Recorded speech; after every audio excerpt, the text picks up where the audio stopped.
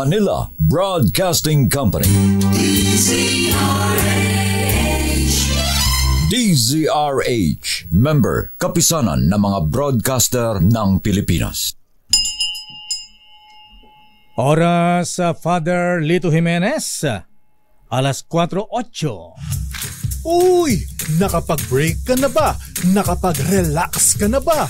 Saan ka man nagtatrabaho, mapa-opisina man o work from home o mula mismo sa pwesto, sasabayan namin ang break time mo. Sasabayan namin ng mga balita at komentaryo, mga panayam ng mga taong viral ngayon. DZRH Break Time!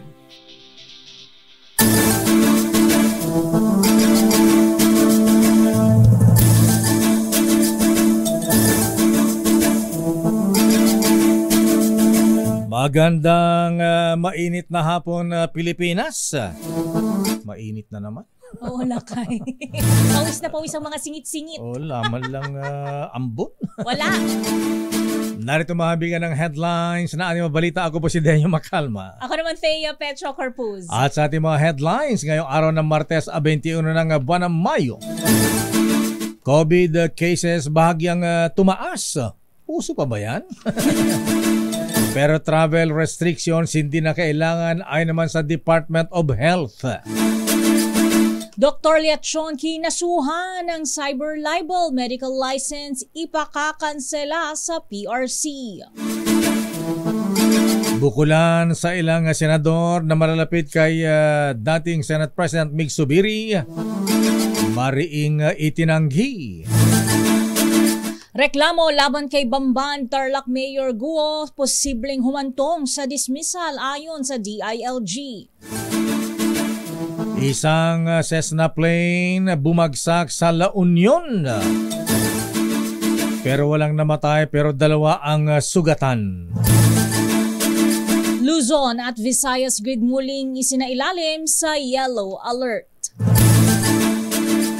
At ngayon sa detalye na ating mga balita. Iniulat ng Department of Health na tumaas daw ang mga kaso ng COVID-19 sa bansa.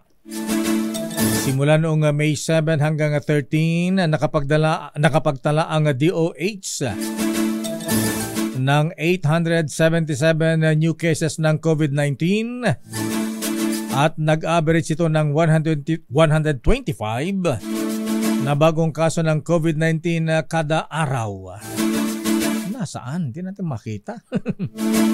Pero paglilinaw ng Department of Health, hindi naman malaki ang itinaas ng bilang na mabagong kaso ng COVID-19 kumpara nitong mga nakalipas na taon. Sinabi rin ng DOH ang impormasyon mula sa World Health Organization na may mga bagong pamilya ng COVID-19 variants at ito ay tinatawag na flirt variants. Hindi kaya may gusto maghanap buhay naman dito para makapagbenta na naman ng mahal na bakuna? Nararamdaman mo ba, lakay? Sabi ng DOH, wala namang sapat na ebidensya na magdudulot ng severe at critical case ng COVID-19.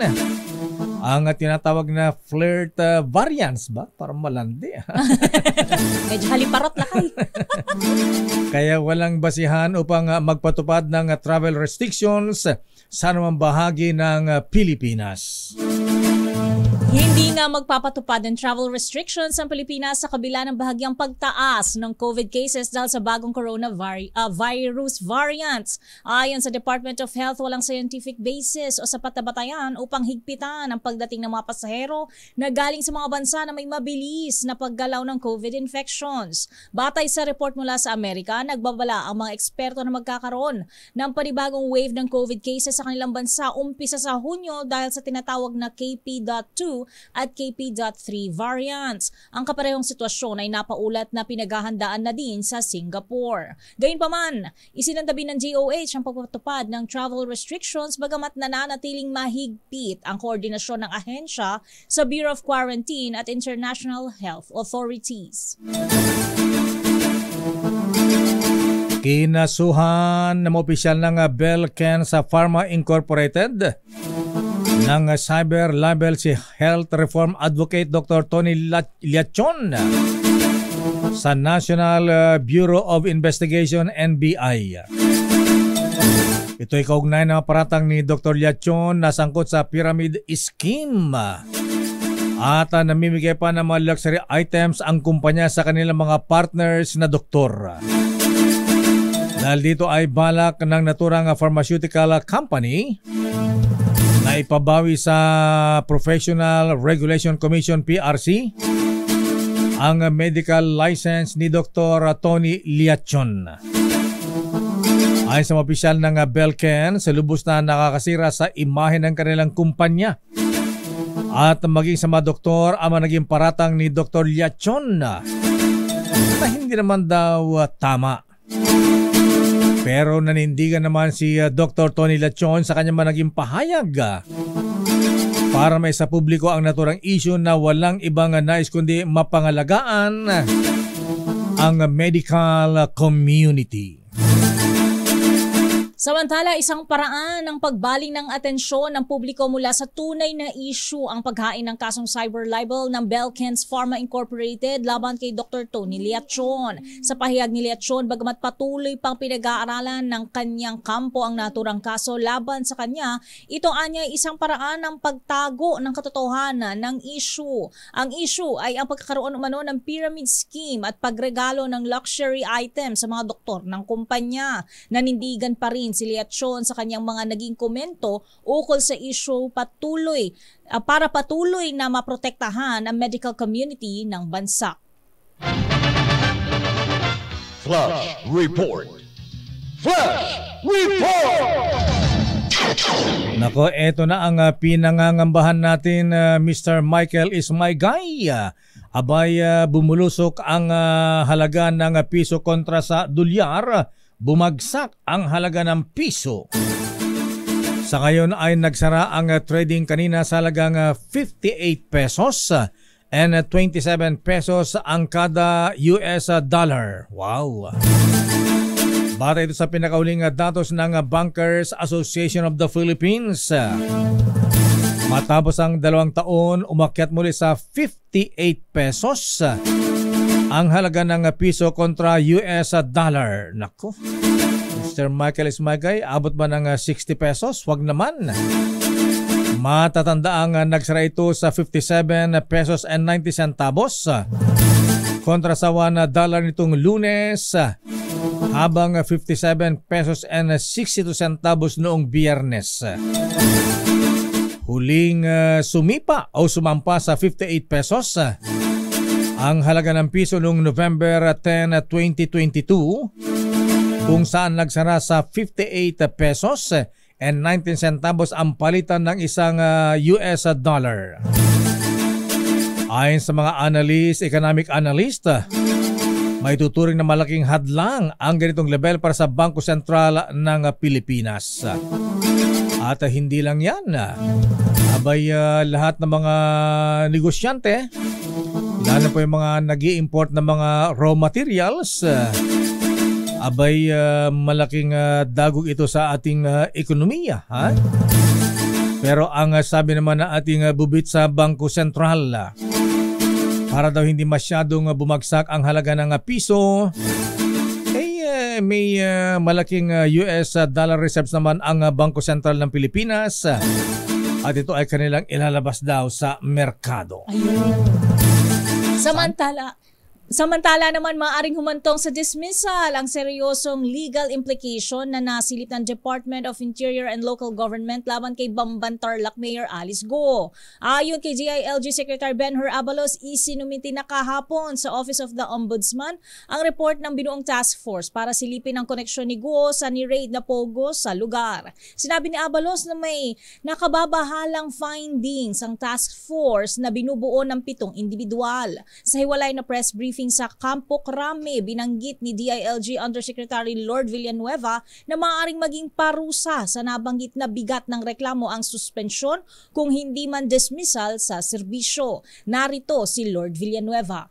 Generally po, there are, when it comes to grave misconduct or gross negligence of public officials, administratively po, Ang pwede pong parusa dyan ay either suspension po or pwede rin dismissal from public service.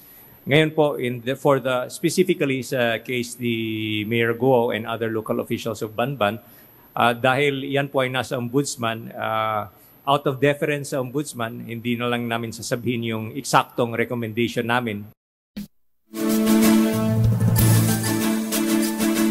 Mariing itinanggi ni Senator J.V. Ejercito na may nangyayaring bukulan sa mga senador sa kanilang mga pondo na malalapit kay dating Senate President Migs Zubiri. Ayon kay Senator JV, isinagawa ang paliwanag matapos kumalat ang isang video online kung saan binukulan daw ni Senator Zubiri ang kanyang mga kapwa niya senador ng bilyones sa kanilang pondo sa Senado. Hindi rin nakaligtas si Senator JV Ejercito sa nasabing video dahil tinawag pa siyang nag-ahente daw ng isang Airbus o company ng eroplano.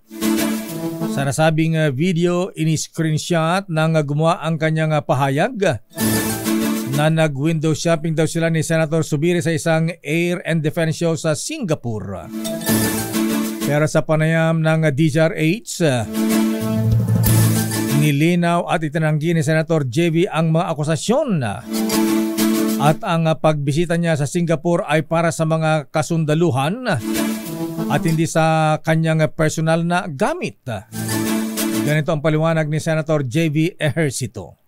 Bok Jerry, siguro, siguro kahit sa Senado, pag may mga ganyang kalaki o ganyang bukala, sisingaw yan eh. Pero obviously ito ay talagang propaganda and alam naman natin na ang Senado, ang mga senador, mas kami sensitibo, no? Takot kami sa mga chopper, takot kami sa mga Forbes Park na bahay at itong mga supercar, sports car. Sensitive kami because we are nationally elected, no? Now narito ay kumalat ang video na binibintang kina Senator Mig Zubiri na sinasabing nakabili daw ng mga ari-arian na mansion sa Forbes Park at nagpatayo ng mga resort sa Camiguin at maging sa Negros. At ito ay sinasabi ng mga aligasyon na katas daw ng bukulan sa mga senador sa mataas na kapulungan. Hindi pa tapos ang misteryo sa pagkatao ni Bamban Tarlac Mayor Alice Guo. Ito'y nang isiwalat ni Senator Risa Ontiveros na may connection si Guo sa anyay mga kriminal. Ayon kay Ontiveros, kasama ni Guo sa Baofu Compound sa Bamban na dating kumpanya ng Mayora ang Chinese na si Zhang Ruijin at Dominican national na si Bao Yinglin. Sabi ng senadora, arestado ang dalawang ito sa pinakamalaking laundering case sa Singapore. Binanggit ni Ontiveros ang ulat mula sa Channel News Asia na may $41 million assets overseas si Zhang at shareholdings sa isang Philippine real estate development company. Magkano daw ang sosyo ni Mayor Guo? Basta meron lakay na $41 million na assets overseas si Zhang. Si Zhang Ruijin yan. Kasosyo. Sa Pogo Company. Samantala, maaaring humantong nga sa dismissal ang seryosong legal implication na nasilip ng Department of Interior and Local Government laban kay Bamban Tarlac Mayor Alice Guo.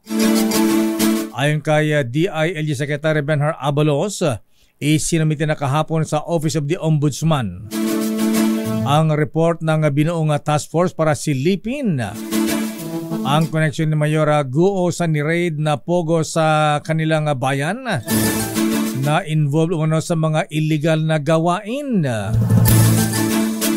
Sinabi ni Secretary Abalos na may nakababahalang findings ang task force na binubuo ng 7 individual. Sa hiwalay na press briefing sa Campo Crame, binanggit naman ni DILG Undersecretary Lord Villanueva na maaari maging parusa sa nabanggit na bigat ng reklamo ang suspensyon kung hindi man dismissal sa serbisyo. Narito si Yusek Villanueva. Awanan. Samantala, muling isinailalim sa yellow alert ang Luzon at Visayas grid ngayong araw. Ayon sa National Grid Corporation of the Philippines, unang inilagay sa yellow alert ang Luzon grid kaninang 1:00 ng hapon hanggang 4:00 ng hapon at mamaya 7:00 hanggang 10:00 ng gabi. Itinaas rin ang yellow alert sa Visayas kaninang 1:00 ng hapon na tatagal hanggang 9:00 ng gabi. Ayon sa NGCP, dahil ito sa mga nag-force outage na mga planta habang ang ilan naman ay kapos sa kapasidad. Miss Jackie, ba't na doble yata itong news sa item namin? Ha? Same pero different lang eh. Sino bang editor natin dyan? Babalikan natin ang ilang pang detalye na ating mga balita. Isang Cessna plane bumagsak sa La Union. Pero maswerte po walang namatay pero 2 ang sugatan. Kasama na ang piloto at co-pilot. At Cebu nagdeklara ng state of calamity epekto ng El Nino phenomenon. At ang Civil Aviation Authority of the Philippines nangako naman na hindi na maulit ang nangyaring glitch sa NAIA na naging sanhi ng pagkakadelay ng maraming flights. Ang detalye ng mga balitang yan sa ating pagbabalik sa ating palatuntunang Break Time. RH Break Time. Oras Mr. Cesar Lee, Mr. Michael Ismaygay. 4:25.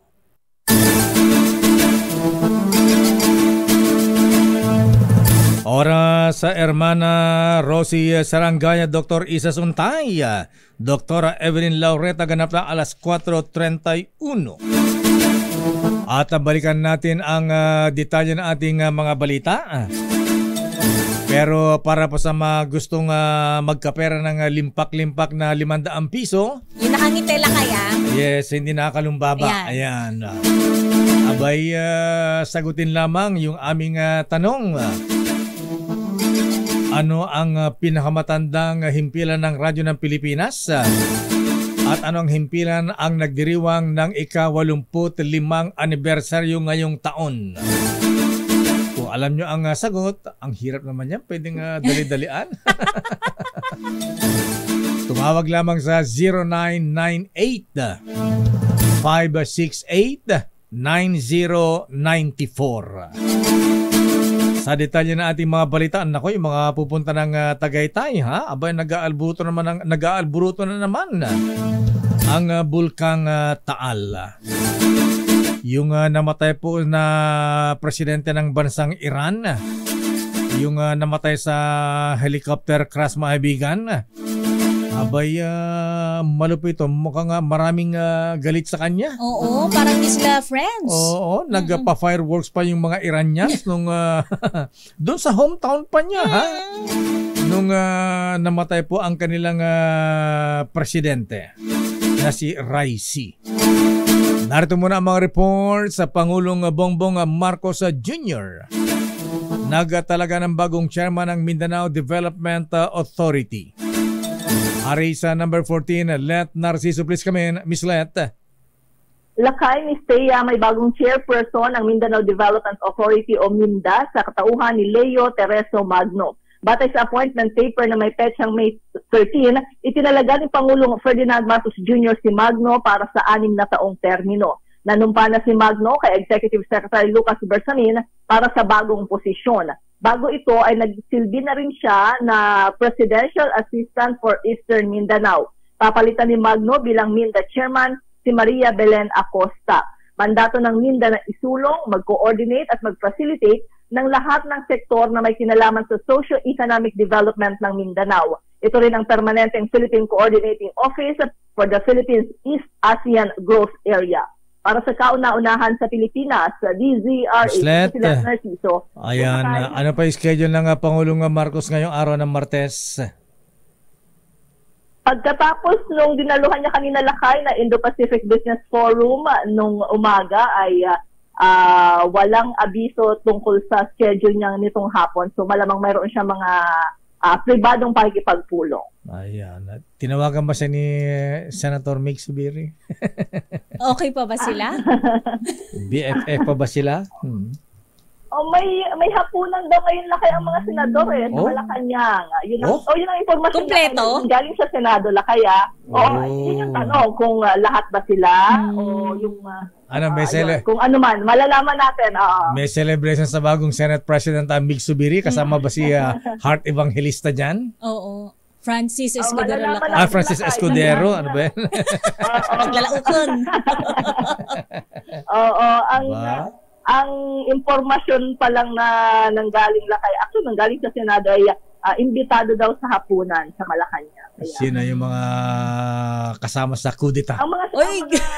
Ang mga senador Lakay. Lahat Ba? Pati invited? Pati Senator Mig Zubiri invited din. Senator Joel Villanueva. Ay, malalaman natin Lakay sa mga senador kung lahat sila ay naimbitahan. Ayan. Basta sabay mga senador. Ayan.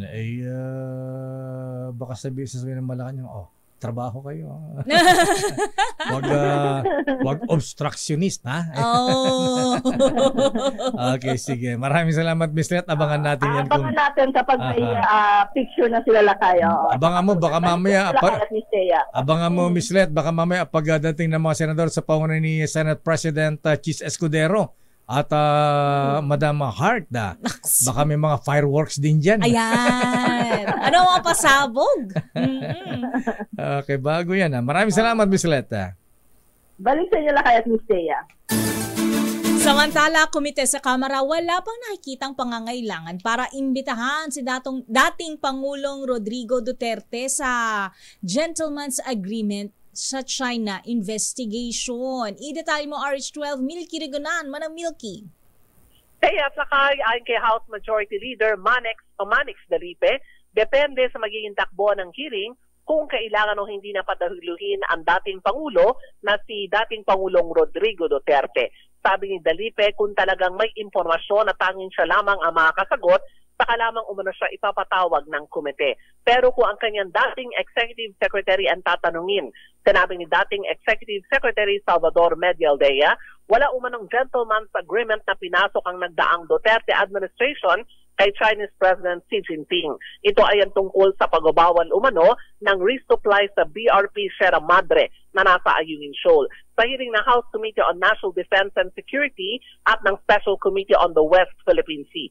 Sinabi ni Medialdea, 8 beses na nagkaroon ng official meetings si Pangulong Duterte kay President Xi na naganap sa pagitan ng 2016 hanggang 2019. Pero sinabi ni Medialdea, bilang abogado hindi papasok sa anumang kasunduan ang dating Pangulo dahil makokompromiso ang mga teritoryo sakop ng Pilipinas.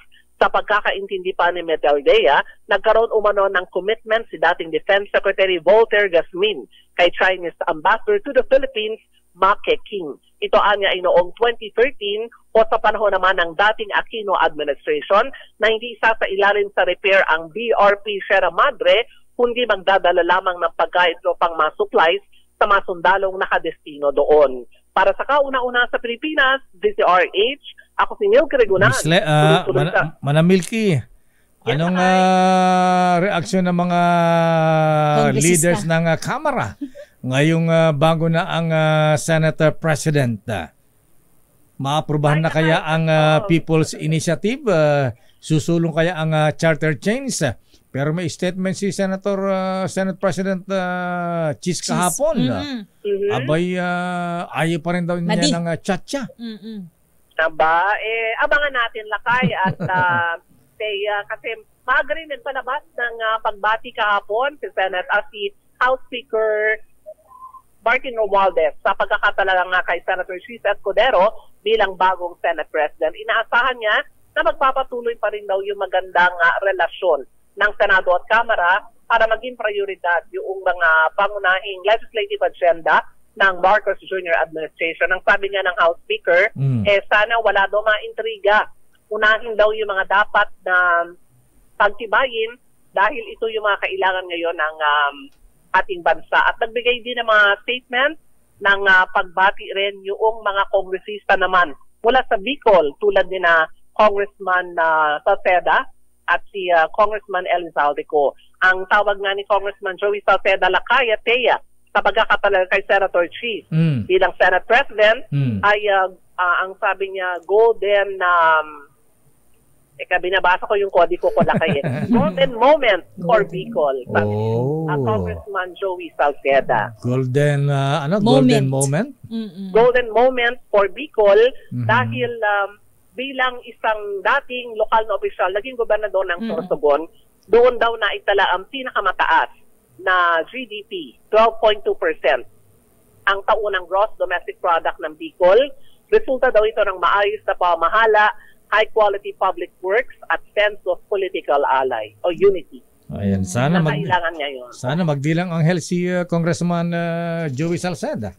Lakay, gusto ko tanungin kay Manang Milky.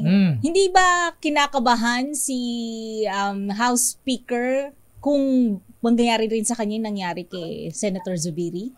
Sa ngayon, malabo yata. Malabo. Para nakasandal sa pader si Speaker. Okay, maraming salamat, Manang Milky. Mukhang hindi mangyayari yan dito, Teya. Kung sa Senado, medyo shaky noon ang liderato ni former Senate President Mig Zubiri. Mukhang dito talagang kaalyado sa lahat ng solid. Ang Malacanang. Ayan, makatulog na mahimbing ang pinsan ni Presidente. Walang weekend na punong-puno ng anxiety. Wala. Bago ang Senate adjournment, makakatulog at sa pagbubukas uli ng sesyon sa July, mukhang makakatulog pa rin Lakay at Teya. Maraming salamat, Milky. Balik sa'yo, Lakay at Teya. Samantala, bago ang report ni Raymond at Paas mula sa Senado, bigong maaprubahan ang ad interim appointment ni Department of Migrant Workers, Secretary Hans Leo Kakdak ngayong araw. Akala ko ba, Raymond, smooth na ang confirmation ni Secretary Hans Leo Kakdak. Ito ay dahil sa mahabang pagtatanong ni Commission on Appointment sa Majority Floor Leader, Congressman Rodante Marcoleta.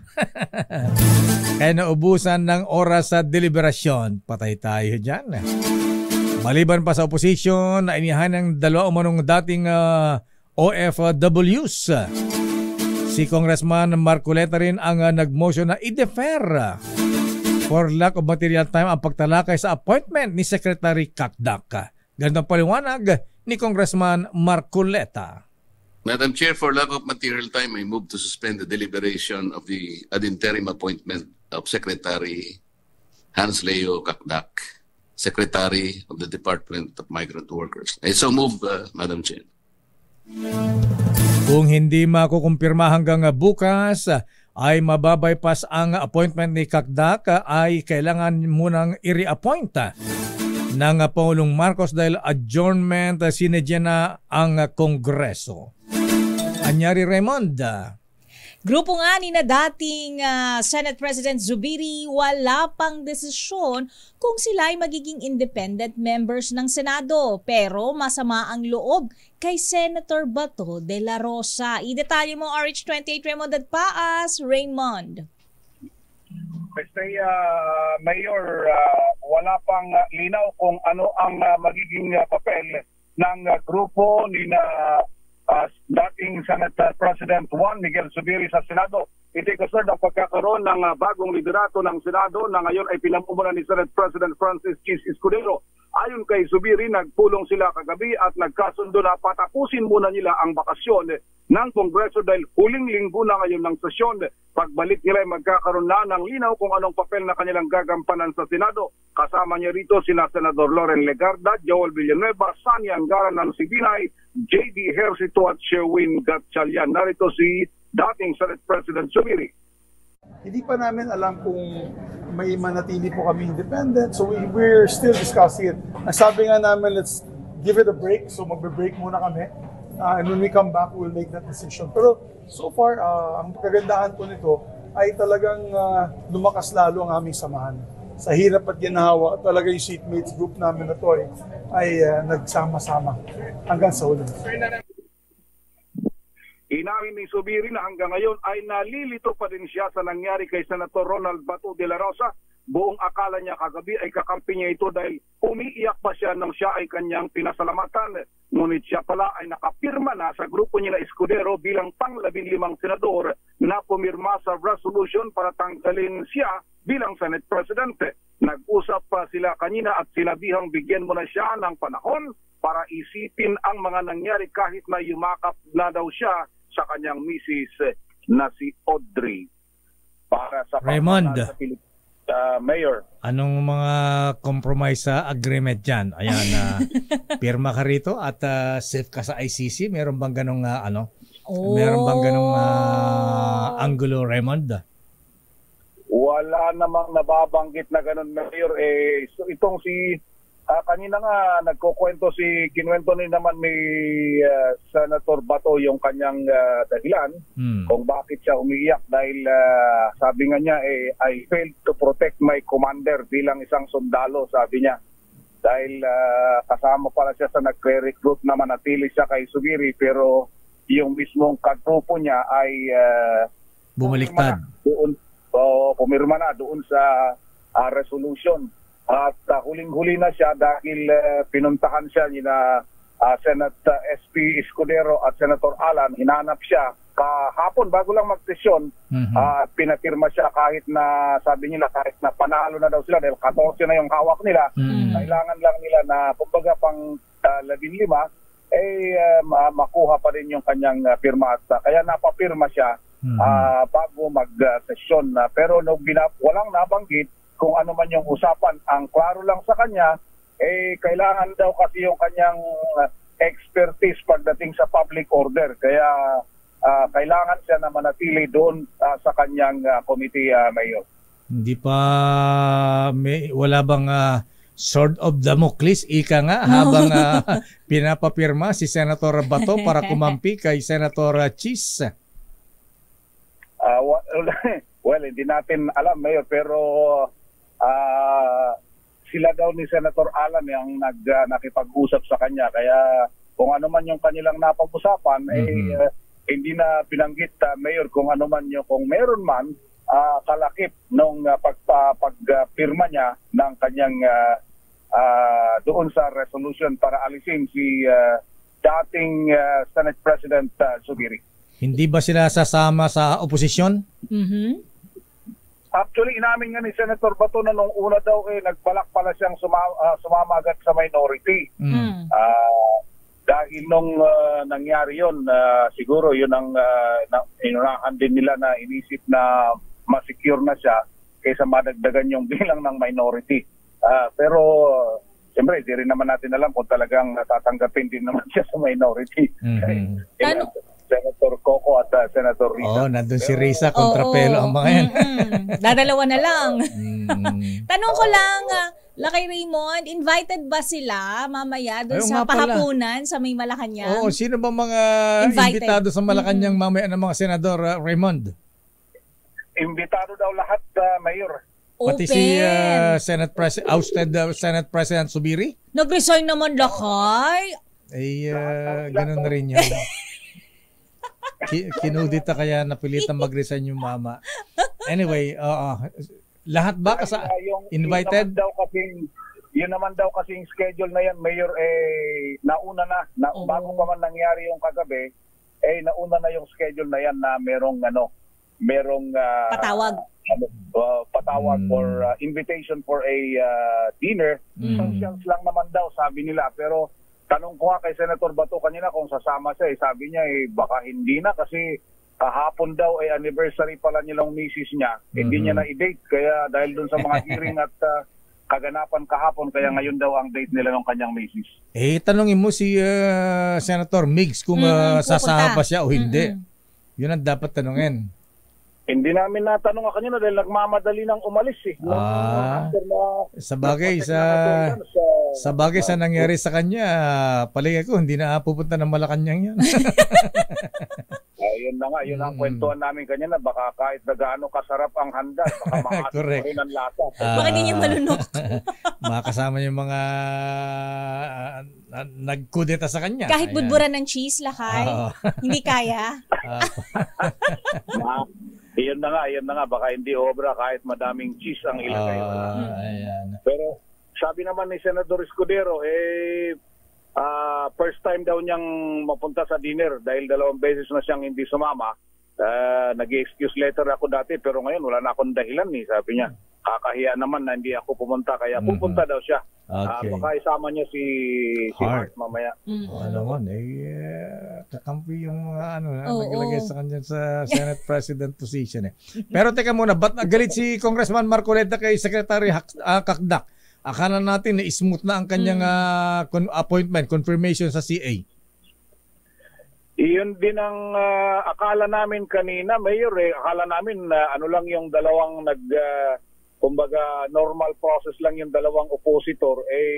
Yung pala mukhang ang tinatanong kasi kung titignan mo yung mga tanong ni Congressman Marcoleta, policy question tungkol sa problema sa Saudi Arabia. Bakit daw hindi kumuha ng mga permanenteng abogado na kahit babayaran ng mahal, yan laki-laki naman daw ng budget ng DMW para pag may nagka-problemang OFW, sa halip na pauwiin agad, ilaban muna yung kaso bago pauwiin sa Pilipinas. Yung kanyang sinasabi, ang haba nung kanilang nagli-lecture kanina pati kami nagli-lecturean na parang kaya sabi ko, bakit mas eksperto ba si Congressman kaysa kay pagdating sa OFW concern hindi naman natin minamaliit si Congressman Marcoleta pero pagdating sa OFW concern alam naman nating lahat na sabi nga namin ever since si Secretary Kakdak nariyan na sa OWA days pa. OWA days pa. Saka talagang maganda yung latag ng program niya kanina pero mukhang sabi nga ni SP Escudero kanina may concern yung mga taga-house wala kaming magagawa kundi hintayin yung kanilang magiging decision. Halimbawa, ngayong gabi kung mag-usap-usap pumayag sila, baka bukas magkaroon ng special session para lang i-confirm siya. Pero kung hindi, by tomorrow, bypass na daw siya kung walang hearing ang CA, then kailangan siya i-reappoint uli ng Pangulo para mapagpatuloy niya yung kanyang function as DMW Secretary dahil magsisinid yan ang Kongreso pagdating ng araw ng Biyernes, Mayor. Biyernes sinid yan na. Wala bang request si Marcoleta na hindi na pagbigyan ni Secretary Kakdak? Yun ang hindi natin alam, Mayor, kung siya lang ba or baka may mga iba din mga congressmen na may mga request hindi natin na alam, Mayor, kung anong dahilan. At ang haba, Mayor, yung kanyang pagtatanong kanina. Lahat ng naunang mga nagsalita, sila Senator Risa, sila Congressman Marino ng Batangas at saka yung iba pa, si Congressman Roy Loyola nagsalita din. Sabi niya, suportado niya si Secretary Kakdak. Pero dating kay Congressman Marcoleta na siya ring tumatayong majority leader kanya dahil wala si Congressman Elry Villafuerte, yun, kumaba na, yung pala dribble. Inabot na ng oras, pumito na yung referee, ubos ng oras, ayun na. Hindi na isalak o na i-recommenda for plenary confirmation si Secretary Leo Kakdak ng DMW. Kaya malungkot yung mga taga-DMW kanina dahil akala nilang smooth sailing, mabilis, bagamat may dalawang nagpalistang oppositor, hindi nga nangyari yung kanyang, hindi na i-recommenda for confirmation na Mayor. Okay, maraming salamat, Raymond. Bukas, ang inaantabayan na namin ay kung lilitaw muli si Mayor Alice Guo naman ng Bamban, Tarlac. Para sa kauna-unan sa Pilipinas, DZRH, ito si Raymond Dadpaz, tuloy-tuloy sa pagbabalita, tuloy-tuloy sa serbisyo, sama-sama tayo, Pilipino. Maraming salamat, Raymond. Kawawa naman si Secretary Leo Kakdak. Naku, baka magalit si Secretary Toots Ople, multuhin si Marcoleta. Minulto. Mabalikan po natin lang pang mga reports. Standby Val Gonzales. Standby Miss Alia Catudifort at yung Taal Volcano, ha? Abay, may mga pagyanig na naman. At yung mga maraming mamayan sa Iran, abay, nagdiwang pa sa pagkamatay ng kanilang presidente. Bakit? Ang detalye po ng balitang yan sa ating pagbabalik sa ating palatuntunang RH Break Time. Oras sa Mistea. Alas 4:54. Balikan natin ating mga balita. Standby Edniel, standby Val Gonzales. At meron ba tayong winner? Hello, magandang hapon po. Sino po sila? Nako, nawala. Samantala, online services ng Philippine National Police pansamantalang sinutdown. Allah. Matapos ang magkakasunod na tangkang data breach. Allah. Hinahak ang online services ng PNP. Matapos ang naiya kahapon. PNP naman. Aris number 52, Edniel Parrosa. Please come in. Edniel. Lakay at Mistea, isang linggong hindi makapag-a-apply ng clearance at permit ng mga kliyente ng Philippine National Police gamit ang iba't ibang website at portal nito. Ito'y matapos i-shutdown ng pambansang pulisya ang lahat ng kanilang online frontline services kasunod ng magkasunod na pagtangkang ihak ang kanilang sistema. Sa isang media briefing dito sa Campo Crame, sinumpirma ni PNP spokesperson Police Colonel Jim Fajardo na sinubukang madalaw ng threat actor na PH1NS ang mga datos ng PNP Firearms and Explosives Office. Napatid na ito rin ang parehong may sala sa tangkang data breach sa PNP Logistics Information System higit isang linggo nang nakararaan. Ayon si Fajardo, mismo PNP Information and Technology Management System ang humirit ng isang linggong shutdown para matiyak na wala nang maatake pang online portal. Habang nagpapatuloy ang investigasyon, pumasok na rin sa eksena ang PNP Anti-Cybercrime Group at nagkulat na rin ang Campo Crame sa National Privacy Commission at Department of Information and Communications Technology. Pakinggan natin si Fajardo. So sa ngayon po ay medyo maapektuhan sa mga yung mga content services natin. Pero tuloy-tuloy pa rin po yun. Ang explanation po sa atin ng ITM is decentralized po muna ngayon. Yung mga content services natin, they will be made available po sa mga regional offices po natin at saka dito po sa Crame. So as to cater doon po sa mga regular client po na kumuha po ng mga LTAP at yung mga iba po mga clearances. Para sa kauna-unahan sa Pilipinas, DZRH, ito si Edniel Parrosa. Tuloy-tuloy sa pagbabalita, tuloy-tuloy sa serbisyo. Sama-sama tayo, Pilipino. Bakit mula nung may mga pogo rito, nakakaranas na tayo ng ganyan? Dati wala naman. Lakay, no? Tama si Senator Risa, pagbawal ng mga pogo rito. Samantala, damage na dulot ng El Nino sa sektor ng agrikultura umabot na sa 10.5 bilyong piso. Idetali mo RH5 Val Gonzales. Val. Misaya umakyat na sa 9.5 billion pesos ang naitala ng Department of Agriculture na halaga ng pinsala ng El Nino phenomenon sa sektor ng pagsasakat maging sa pangisdaan. Ayon kay Agriculture Spokesperson Assistant Secretary Arnel Dimesa, pinakamalaki pa rin ang pinsala sa rice sector na sumampa na sa 4.6 billion pesos. Sa record ng DA, ang rehiyon ng Mimaropang nagtamo ng pinakamalaking pinsala na sinundan ng Cagayan Valley at Western Visayas. Sa ngayon ay patuloy pa rin ang mga ginagawang hakbang ng pamahalaan para matugunan ang epekto ng El Nino na nakapagatid na rin ng 9.71 billion pesos assistance sa mga apektadong magsasaka at maging sa mga mangingisda sa iba't ibang rehiyon sa bansa. Para sa kauna-unahan sa Pilipinas, DZRH, ako naman, Val Gonzales, tuloy-tuloy sa pagbabalita, tuloy-tuloy sa serbisyo. Sama-sama tayo, Pilipino. Maraming salamat, Val Gonzales. Naku, di natin natanong nga pala si Remo. May sagutan pala si Senate President Mig Subiri at Senator Bong Revilla. Ang init ng ulo, Lakay. Samantala, makakaasa ang mga biyahero na hindi na maantalang muli ang biyahe sa mga paliparan na gawa ng communications, navigation and surveillance air traffic management. simula sa ikatlong quarter ng 2024, harinawa. Ito ang sinabi ni CAAP spokesperson Eric Apolonio sa panayam ng DZRH. Kaugnay sa nangyaring air traffic software glitch kahapon. Inamin ni Apolonio na may kalumaan na ang kanilang CNS ATM equipments at hindi na raw updated ang kanilang software.